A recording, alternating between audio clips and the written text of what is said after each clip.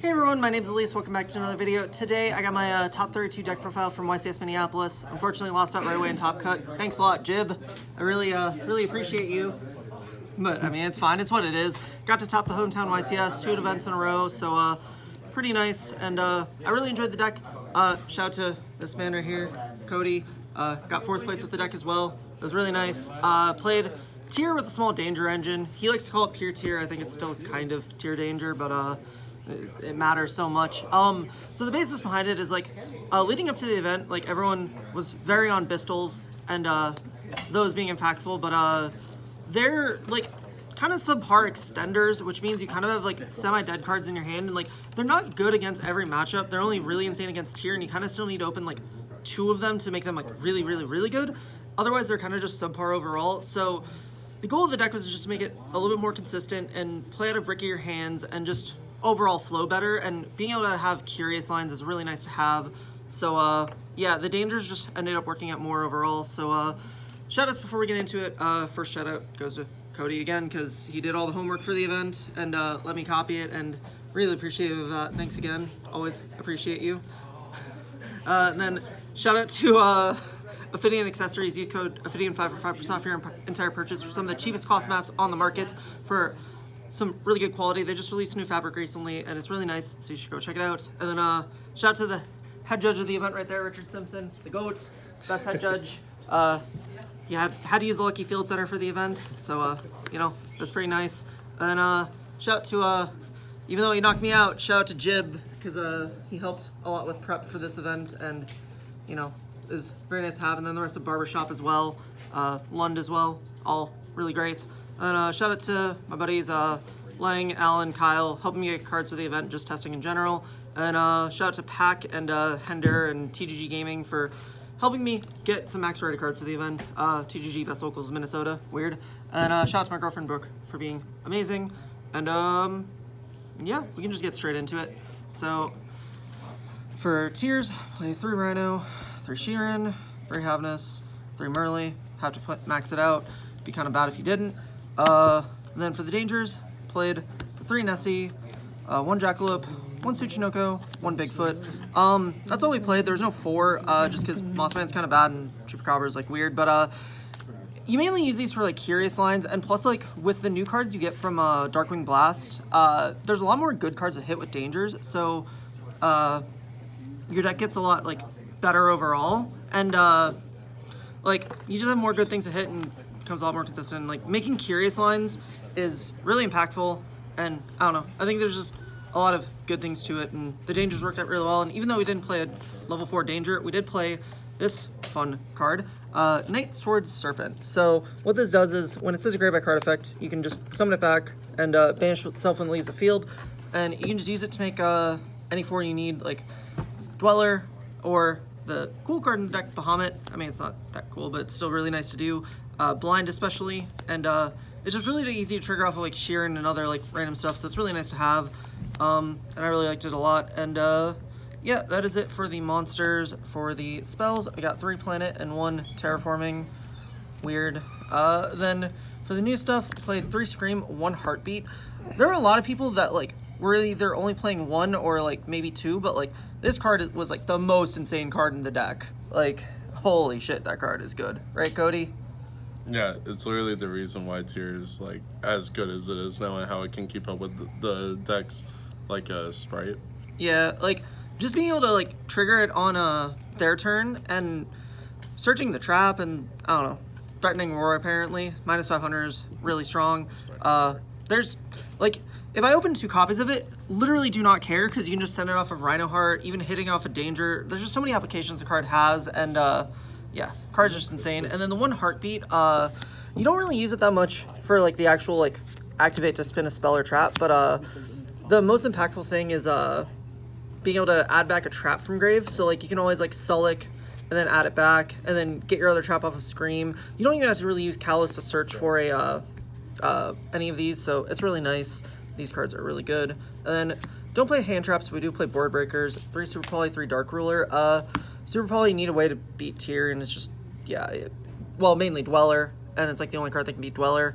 And Dark Ruler, it just, since the deck is like made enough to beat tier. This just blows out every other deck that exists, and like it's better than Droplet just because you don't really want to send that many cards because you need to have like access to as many things as possible. So Dark Ruler kind of fit the bill of being like the best thing, and when you have low hand trap counts, you kind of want the best board breakage you can get. So these were really nice. And for the random one-ofs, got one instant, Foolish, Call by, Upstart. 39 cards is apparently nice, and it's like the first time in a while where I felt like we're playing a list.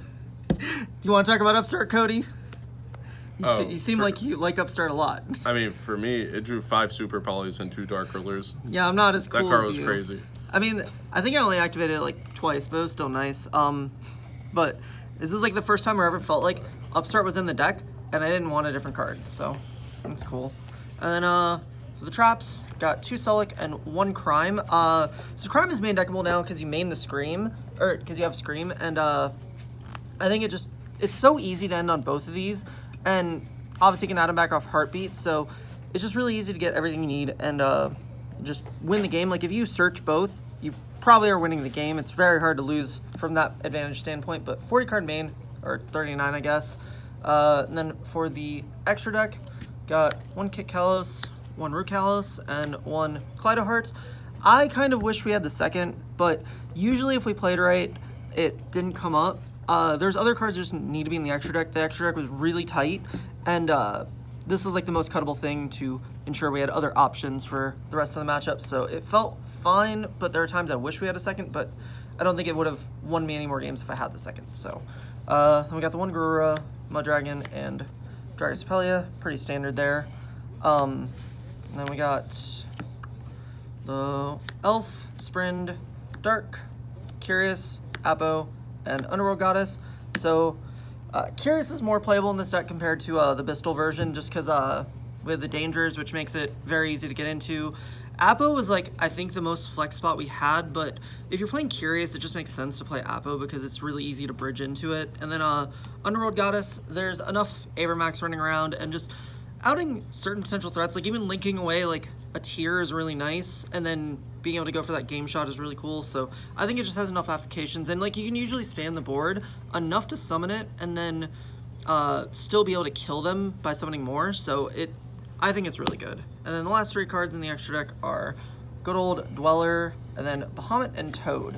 So I think these cards just become better because it's really easy to access like Rhino Heart again, and then like the Nightsword Serpent, and you can actually make like both of these very often, I feel like at least, but this is always made blind, and this becomes even better in the deck now because Root Kalos can protect it by battle, so there's just another application that makes Toad even better.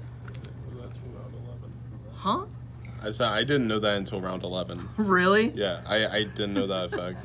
Yeah, I think I like randomly found out like the day before from testing, and like, yeah, it came up like a couple times, and like, yeah, it's pretty nice. But that's it for the extra deck. Side deck, got 2 Sphere Mode. I kind of wish we had the third. It was either play the third of this or the third mine. I think I would have liked the third Sphere Mode, but we'll get into that in a second. And then the 1 Ladybug. We love time, I guess. And 3 Mystic Mine. In theory, it's really good, especially when you're playing like no hand traps and board breakers. It makes sense to have like cards like that to exist in your deck. Every time I activated this, I lost the game, so it was not good. I think same thing happened to you, Cody. Yeah, every time I activated this card, I indeed lost the game. Like it's really good in theory, but it just doesn't like follow through in application, which is like really unfortunate. That card won me 2 matches. Really? You actually won with Mystic Mine, Jim? Yes. Round 9 in the tier mirror, my opponent went first. He did the full high spirits combo, but he didn't search Crime. I just Mystic Mined him and decked him. So you're just like lucky. All right, Yeah. cool. I'm just kidding. He wasn't playing Heartbeat in his deck. To be fair, every time I activated mine, I also had Sphere Mode and evenly matched. Oh yeah, no, like with Mystic Mine. Like, so, in my feature match, I like did not draw like impactful resources, and I kept just drawing like shit cards like this. So it was just unfortunate. I mean, apparently it's just what Yu-Gi-Oh likes to do. But anyways, for back row hate, we got 2 Cyclone, 1 Duster, and 3 Evenly.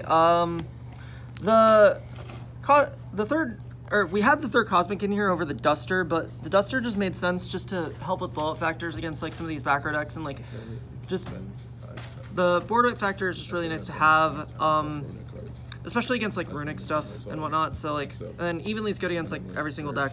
So weird. And then last card was 3 skill drain. So Cody wanted some flood in the deck, and like the only other viable one like that immediately comes to mind is Eradicator, but since we're not playing Pistols, that doesn't resolve as easily. And like, since the main deck should be focused enough to be able to like beat the Tier Mirror, you kind of want a Floodgate that deals with every other matchup, and this is like the best overall one. I think I only saw it like once though, because most of the time like I'm either going second or I just set up enough to where skill drain doesn't have an impact basis. And I don't know if there would be anything else better in the slot, but I think it was probably the right choice still. So I don't know, it was fine. But that is it for the deck. Yeah, I'm pretty happy with being able to still top this weekend. Wish I could break the top 32 curse, but it is what it is. But appreciate you all for watching. Hopefully be able to do well Pasadena too. We'll see how that goes. But thank you all for watching. See you guys later. I don't know what speaking is, I swear to God. That was But, Alyse. Alright, thanks everyone for watching. Rate, comment, sub. Bye guys. Why'd you